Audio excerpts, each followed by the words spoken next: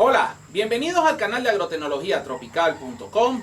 En el día de hoy vamos a hablar del cultivo del tomate. Sean ustedes bienvenidos. Esta es una serie de videos que estamos comenzando donde hablaremos de la forma en que se realizan los cultivos. Esta información va a ser de utilidad para los agricultores que siembran plantas en el campo y también vamos a dar mucha información importante para aquellas personas que siembran plantas en los jardines de su casa. Esperamos que esta información sea de utilidad para ustedes y esperamos que nos den manito arriba si están de acuerdo con este tipo de video y nos hagan llegar a través de la sección de comentarios qué cultivos quieren que sean discutidos de la forma como estamos haciéndolo en este momento. El tomate se cultiva en muchísimas partes del mundo. Por ejemplo, Estados Unidos, principalmente el estado de California, es el principal centro productor de tomate a nivel mundial. También destaca Italia, España, y en nuestros países latinoamericanos, por supuesto México, Chile, Colombia. Y nosotros incluso aquí en Venezuela sembramos tomate en cantidades importantes. El cultivo comienza desde la fase de semillero.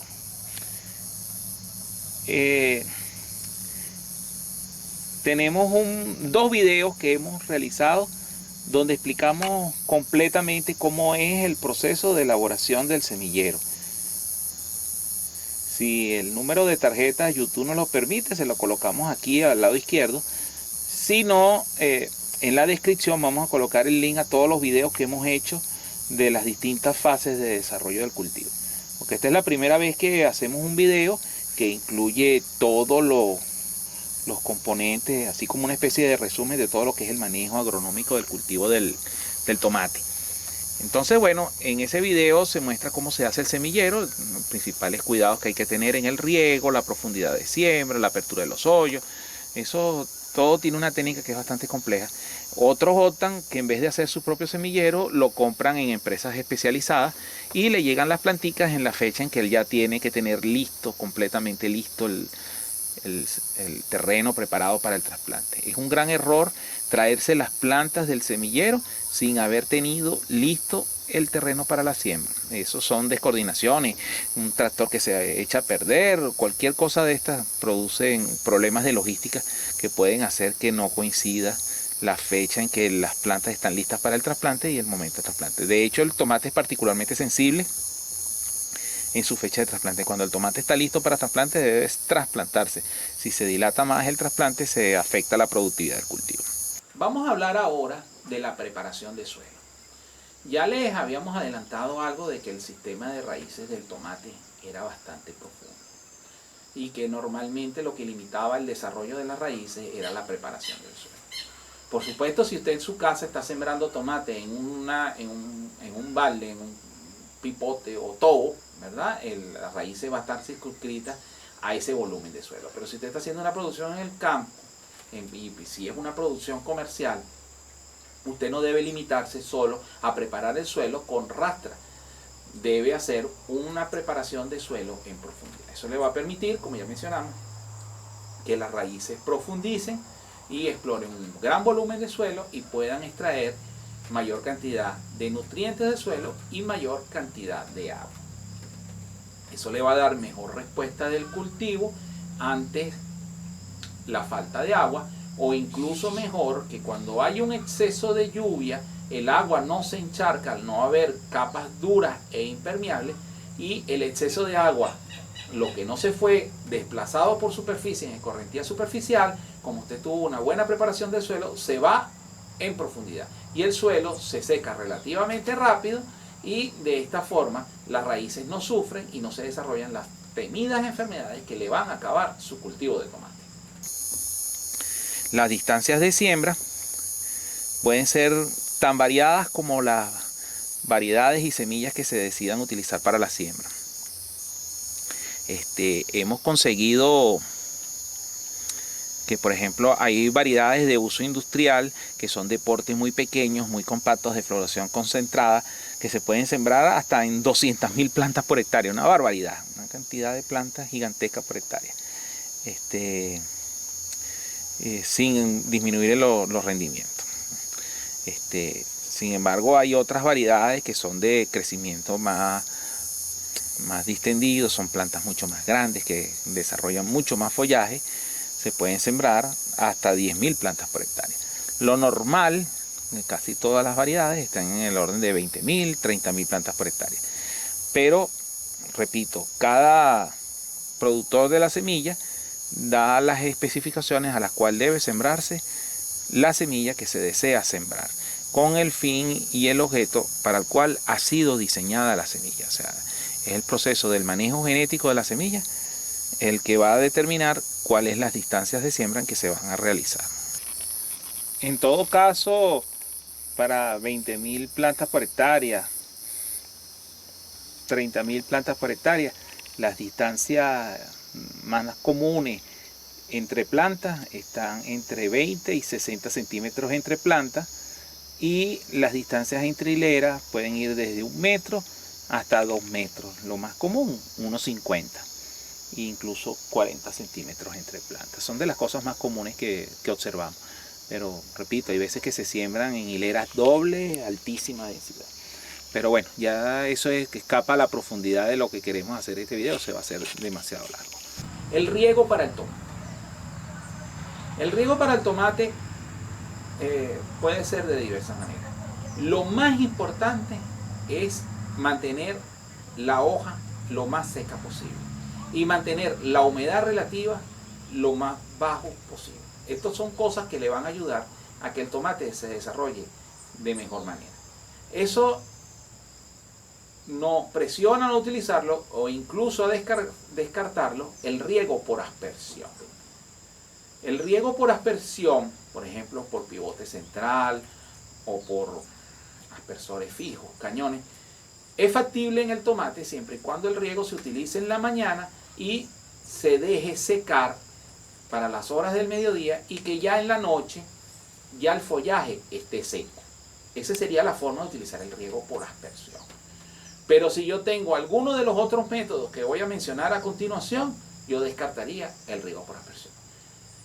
La ventaja que da el riego por aspersión es que permite hacer una excelente mecanización del cultivo y eso se facilita en gran manera.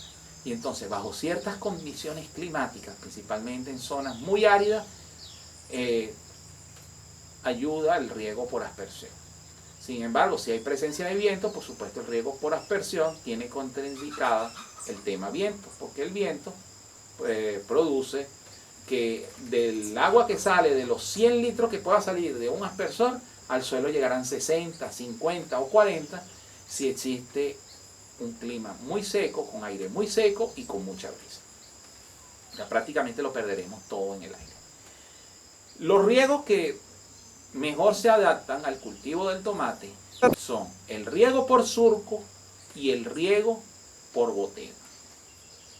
Esos son realmente los dos mejores riegos para cultivar tomate.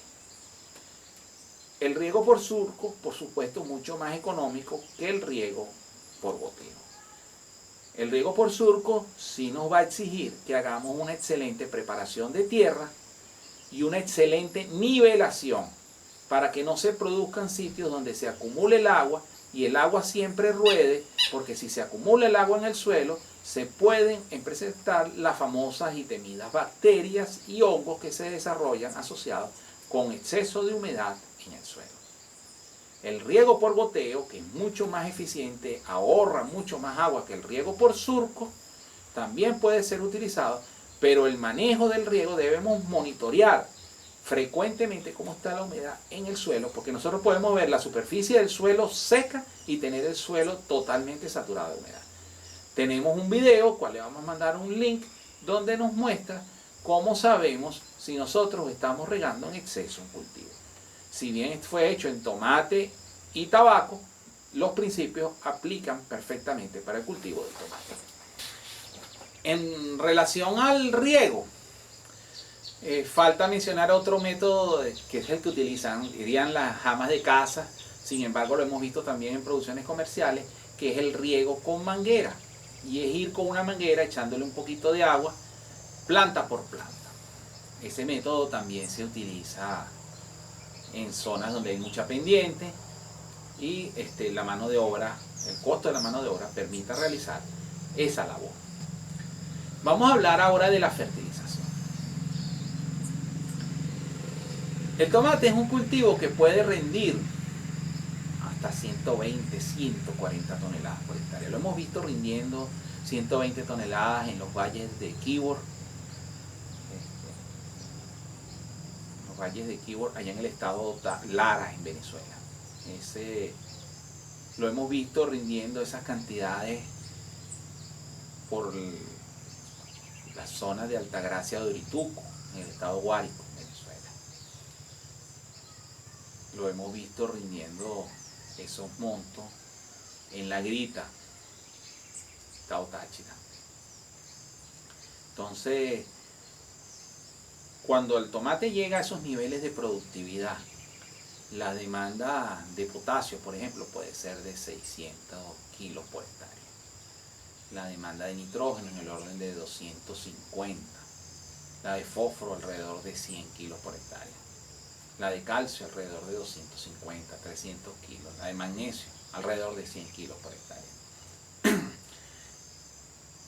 Sin embargo, si el cultivo rinde menos, rinde 45, rinde 30 toneladas por hectárea, rinde 20 toneladas por hectárea, lo hemos visto rindiendo hasta 10 toneladas por hectárea, no le vamos a echar 600 kilos de potasio por hectárea.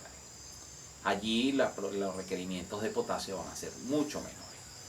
De acuerdo a la producción en kilos por hectárea, es la cantidad de fertilizante que se le debe aplicar.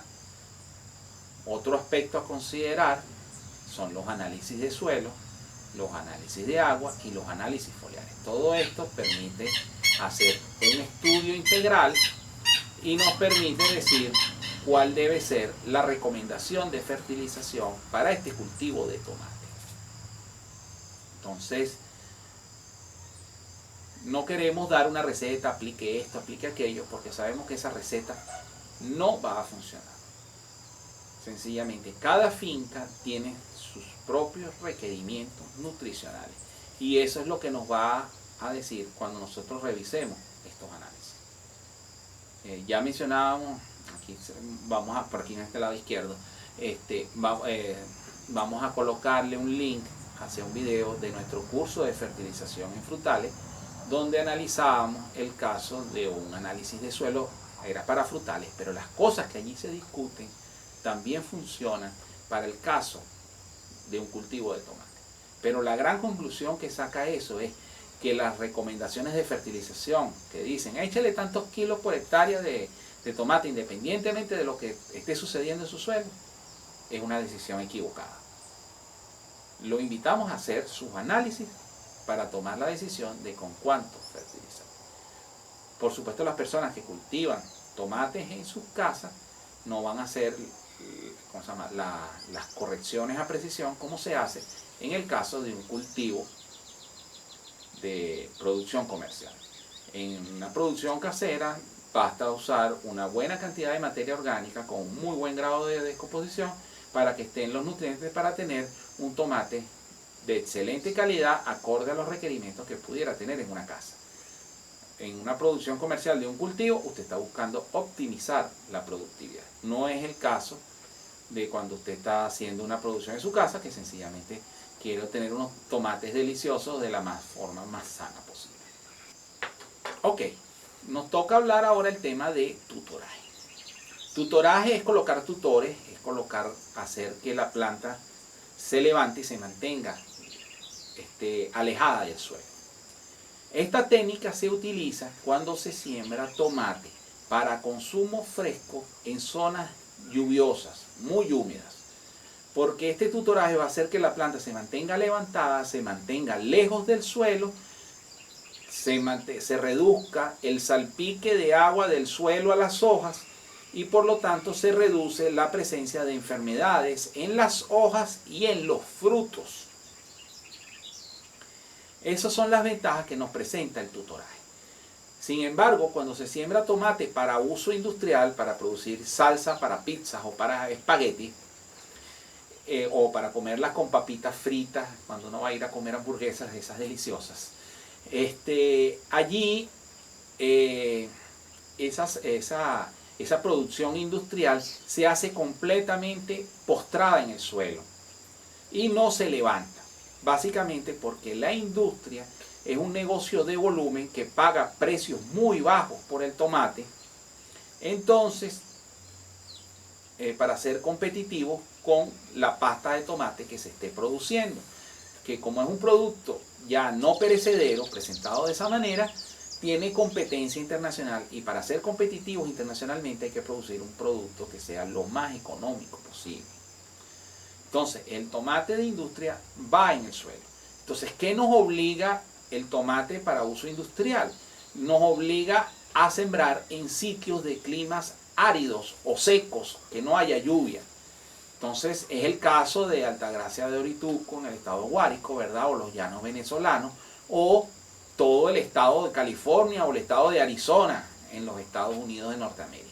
Allí se busca que el tomate sea sembrado en clima seco. Entonces, de esa forma no se desarrollan las enfermedades ni en las hojas ni en los frutos.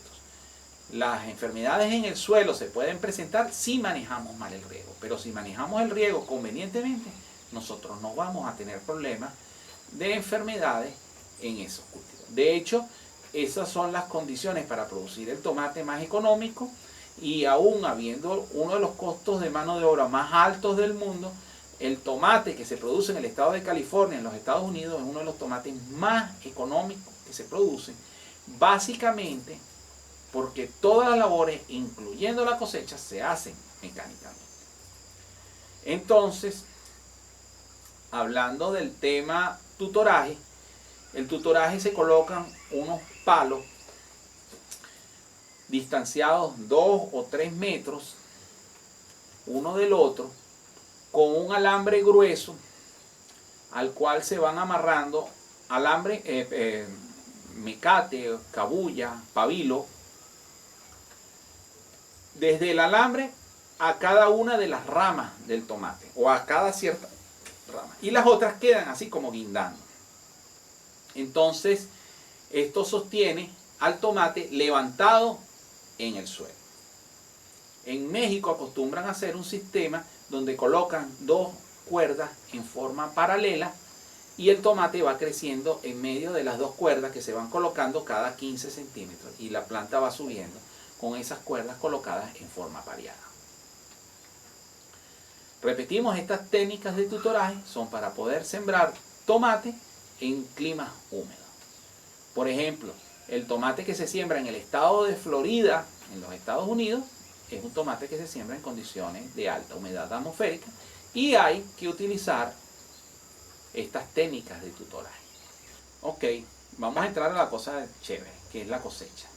Nosotros tenemos un video que trata sobre la cosecha del tomate de industria, y tenemos otro video que trata sobre la cosecha del tomate dentro de invernadero. Sin embargo, vamos a hacer un video más adelante tratando del cultivo del tomate dentro de invernadero, porque tiene unas características muy diferentes al caso del tomate para uso, cultivo a campo abierto, que son los que hemos tratado en el video del día de hoy. Sin embargo, hemos mencionado algunas pinceladas en torno al caso del invernadero.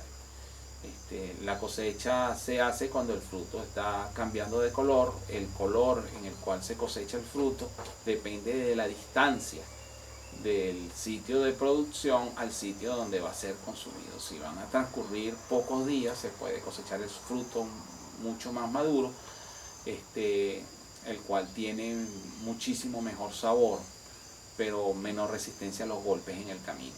Si va a ser consumido después de varios días, donde está en un anaquel, luego está en un supermercado exhibido, puede cosecharse el fruto más pintón, más hacia verde, y que el proceso de maduración ocurra mientras está ocurriendo la distribución, el transporte y la comercialización de los frutos. Vamos a entrar en el tema plagas. Es importante que nosotros mencionemos las plagas para que ustedes las conozcan. Uno cuando está leyendo y estudiando para hacer un cultivo generalmente se va solo por las cosas buenas, las cosas fáciles, y se hace la ilusión de cuánto dinero se va a ganar. Sin embargo, cuando se presentan las plagas y las enfermedades es donde uno le toca tomar el trago amargo y asumir ciertas pérdidas en el cultivo. Si nosotros tenemos conocimiento de estas plagas y enfermedades, nosotros podemos hacer un manejo integral de las mismas y hacer medidas para mitigar la aparición de estas plagas, y lo otro, una vez presentes, hacer un manejo poblacional para que ellas no lleguen a niveles que nos afecten al bolsillo o que tumben la producción a unos niveles que no sean, que nos afecten económicamente. Entonces, tenemos los ácaros. Los ácaros son unos pequeños animalitos de familia de las arañas, que crecen debajo de las hojas, en los puntos de crecimiento, afectan la emisión de nuevas hojas. Tenemos que estar muy atentos a ellos. Nuestra experiencia ha sido que con caldo sulfocálcico es una forma excelente para prevenir la aparición de los ácaros en los sitios donde haya historial de presencia de esta plaga. Y bueno, en caso de que por supuesto se rompan los umbrales, los niveles que afecten el desarrollo del cultivo, podemos pasar a utilizar acaricidas mucho más potentes que están presentes en el mercado y que deberían estar permisados para los distintos países. Como esto se muestra en una diversidad de países del mundo, nos vamos a tener en este caso de mencionar algún producto químico para básicamente no violentar las normas de esos países donde de repente una sustancia química pueda no ser utilizada. Y que hay mucha sensibilidad de parte del público que mira estos videos del canal de Agrotecnología Tropical cada vez que mencionamos algún producto químico para usar. Nosotros somos partidarios de hacer los manejos lo más ecológico posible, pero cuando se presenta una plaga en un nivel muy importante, nosotros no tenemos ningún problema en acudir a control químico. Pero indudablemente primero quemamos todos los cartuchos que representan un manejo cultural del mismo.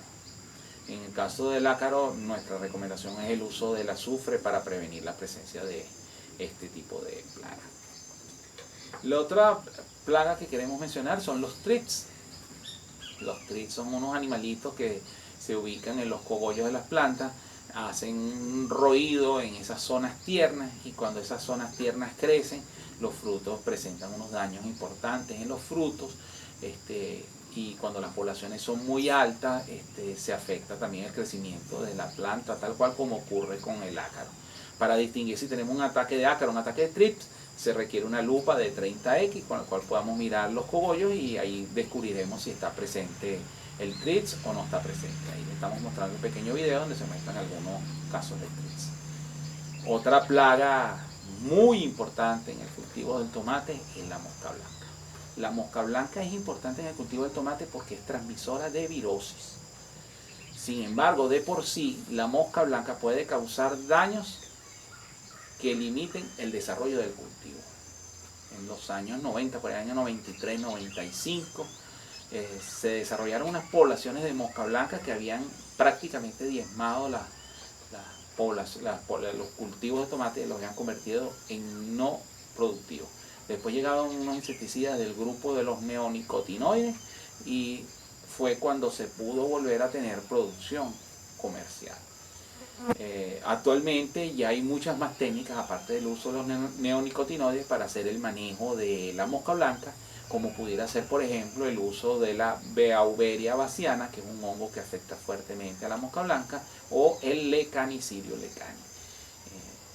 Otra técnica que nosotros hemos recomendado muchísimo y nos ha funcionado muy bien es el uso de jabones y aceites. El jabón actúa lavando las ninfas, sacándole una capa cerosa que tiene en la superficie del insecto, y luego viene el sol y deshidrata esas ninfas. Entonces se va reduciendo significativamente la población de insectos. En el caso de los aceites, como el aceite blanco, o que llaman también aceite de verano, el aceite de verano lo que hace es que tapa los orificios por donde respira el insecto. Si nosotros viéramos una mosca blanca en un tamaño grande, podríamos imaginarnos que es como una cucaracha, ¿verdad? Pero también si la analizamos el cuerpo de la cucaracha, la parte de abajo, lo que nosotros llamamos el abdomen, es como un acordeón de esos de tocar música que tocan el vallenato allá en Colombia. Bueno, en la parte más adentro de cada uno de los sitios del acordeón, ahí hay un huequito, que es por donde respira la mosca blanca, que también respiraría la cucaracha. Bueno, como la mosca blanca es chiquitica, cuando se aplica aceite blanco se forma una capa de aceite por encima del insecto que tapa esos orificios por donde respira el insecto, y el insecto se muere asfixiado. Entonces es una forma muy interesante de matarlo y que no es una cuestión tóxica que altere el equilibrio ecológico.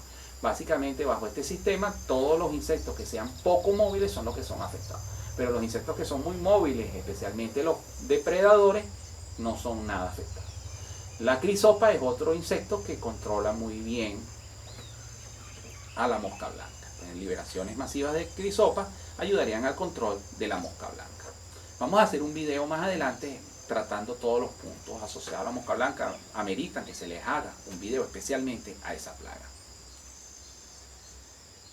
Bueno, entonces los gusanos producen una diversidad de daños en el cultivo del tomate.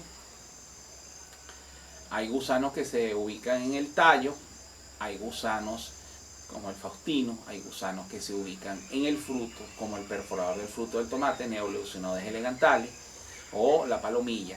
Hay gusanos como la misma palomilla que afectan la hoja y después se van y afectan al fruto, o la tuta también hace ese tipo de daño. Son plagas que son bastante cosmopolitas, están en casi todas las partes donde se siembra tomate en el mundo. Sin embargo, con un correcto manejo de los productos químicos se logra un excelente control. Nosotros tenemos experiencia muy interesante controlando palomillas, por ejemplo, en invernadero, con un uso adecuado de todas las herramientas de control. Pudiera citar, para hacerlo más fácil, por ejemplo, el uso de luces que atraigan a estos insectos, el uso de feromonas, el uso del Bacillus thuringiensis, que es una bacteria que cuando el insecto la come le crea unos desórdenes estomacales y le causa la muerte. Hasta incluso el uso de algunos productos químicos que no los vamos a mencionar en este momento, en este video. Otro insecto que también puede causar mucho daño es el minador o Liriomyza, que produce unas galerías como unas especies de serpentinas en la hoja. Ese insecto también, con un adecuado manejo, se puede controlar su población perfectamente. Si se maneja mal, puede llegar a unos niveles muy importantes. Sobre todo se presentan problemas importantes de minador cuando se utilizan insecticidas del grupo de los piretroides, que matan a los controladores biológicos de la Liriomyza. Y entonces la Liriomyza, que es una plaga secundaria de menor importancia, pasa a ser una plaga primaria que afecta y puede comprometer el desarrollo del cultivo y la rentabilidad del mismo. Vamos a hablar ahora de las enfermedades de las plantas, del tomate. El tomate le caen todas las enfermedades que se puedan imaginar. Hongos, bacterias, virus, incluso nemátodos, que si bien es una plaga, prácticamente se comporta como si fuera una enfermedad. Entonces, bueno, dentro de las plagas, dentro de las enfermedades, del cultivo del tomate, destaca la Phytophthora infesta, la Phytophthora parasítica, que pueden producir daños en el tallo, produciendo la muerte de la planta, o pueden producir daños en el follaje, que afectan y progresivamente van quemando todas las hojas de la planta hasta que la planta pierde su capacidad fotosintética y se cae la producción completa del cultivo. De hecho, la Phytophthora, si vemos la traducción, es como fitoplanta y tora es destructora. Entonces es la destructora de plantas. La Phytophthora tiene una historia porque es una enfermedad que causó una gran hambruna en Irlanda por en el año 1800 y pico, porque apareció en el cultivo de la papa y la papa era muy susceptible a la Phytophthora y se quemaron las plantas y la plantación murió. Hay una diversidad de fungicidas para el control de la Phytophthora que evitan que la misma se desarrolle. Una de las cosas que pide la Phytophthora para que se desarrolle a nivel foliar es que exista mucha humedad, agua libre en la superficie de la hoja durante más de 10 horas aproximadamente, para que germinen unas cosas llamadas zoosporas, que son las que causan la enfermedad, porque es la semillita que germina y produce la enfermedad. Entonces, produciendo que las hojas estén secas mayor parte del tiempo, vamos a prevenir la presencia de esta enfermedad. Cuando se cultiva el tomate en zonas áridas es muy difícil que se presente, sin embargo el punto de rocío en algunas zonas es suficiente para que desarrollen la presencia de Phytophthora. En el caso de cuando se siembra el tomate en época de lluvia, en zonas frescas, el frío ayuda a que se retrase el desarrollo de la Phytophthora, pero al final siempre se desarrolla. Pero lo que más ayuda a evitar la presencia de la Phytophthora, por ejemplo, es el deshojado. Es quitar las hojas de abajo de la planta de tomate para que el agua del suelo no salpique a las hojas y entonces no lleve las esporas a las hojas y de allí vaya progresivamente de las hojas de abajo a las hojas de arriba, llevando la enfermedad. Entonces son prácticas de manejo cultural que ayudan. Las sales de cobre, si bien el cobre en la agricultura ecológica ya está siendo, es permisado, pero está siendo mal visto. Y hay mucha gente que está detrás de suspender el uso del cobre como producto para control de enfermedades.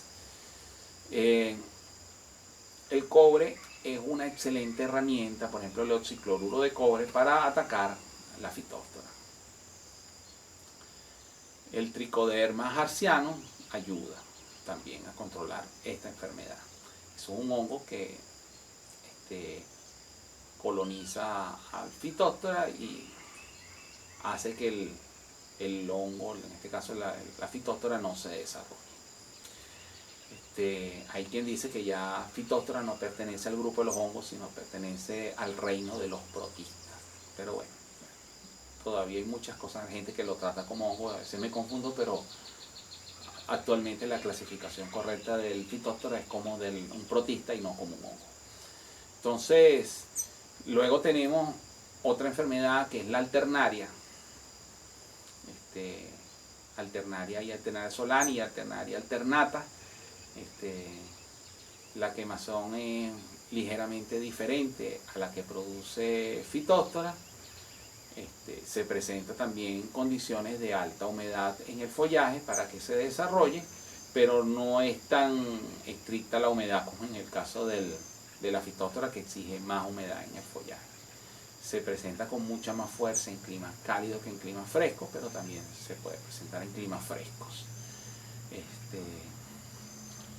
Hay una gran cantidad de fungicidas que controlan alternaria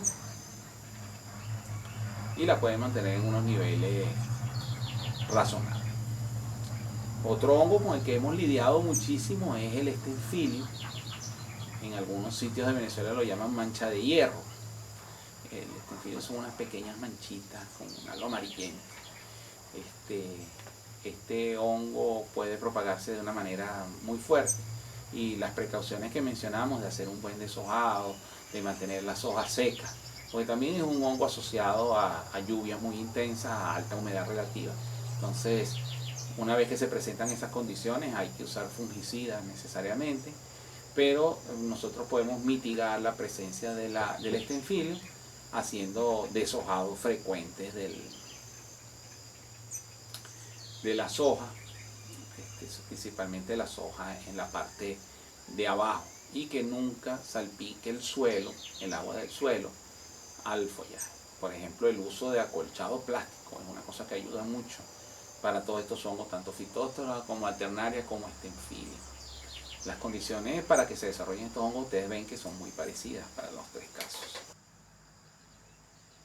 Vamos a hablar ahora de unas enfermedades que se presentan a nivel del tallo, como es el caso de Ralstonia solanacearum, como es el caso del Fusarium, como es el caso del Verticillium. El Fusarium y Verticillium son unos hongos y Ralstonia es una bacteria. Fusarium asociado más a climas cálidos, Verticillium más a climas más frescos. Ralstonia por su parte se puede dar en ambos climas, pero si hay un común denominador para los tres es cuando hay exceso de humedad en el suelo, y controlando el exceso de humedad en el suelo nosotros vamos a reducir de manera significativa la presencia de estos problemas con estos hongos y bacterias. En nuestro sitio web, y les vamos a dejar el link, hay un artículo tratando específicamente el tema de Ralstonia. Pueden leerlo a profundidad e instruirse sobre esa bacteria que nos ha dado mucho trabajo en nuestro ámbito profesional. Sin embargo, hemos logrado muchas formas de manejar este problema. Bueno, yo creo que con esto hemos tocado los puntos principales del cultivo del tomate a campo abierto. Y bueno, además está decirles que así concluye otro video más del canal de agrotecnologiatropical.com. Los invitamos a seguir viendo otros videos de nuestro canal y a suscribirse al mismo, así como darle a la campanita para ser informados cada vez que subamos un nuevo video para ustedes. Los invitamos también a visitar nuestra cuenta en Patreon para que juntos hagamos que este proyecto prospere en el tiempo. Muchas gracias.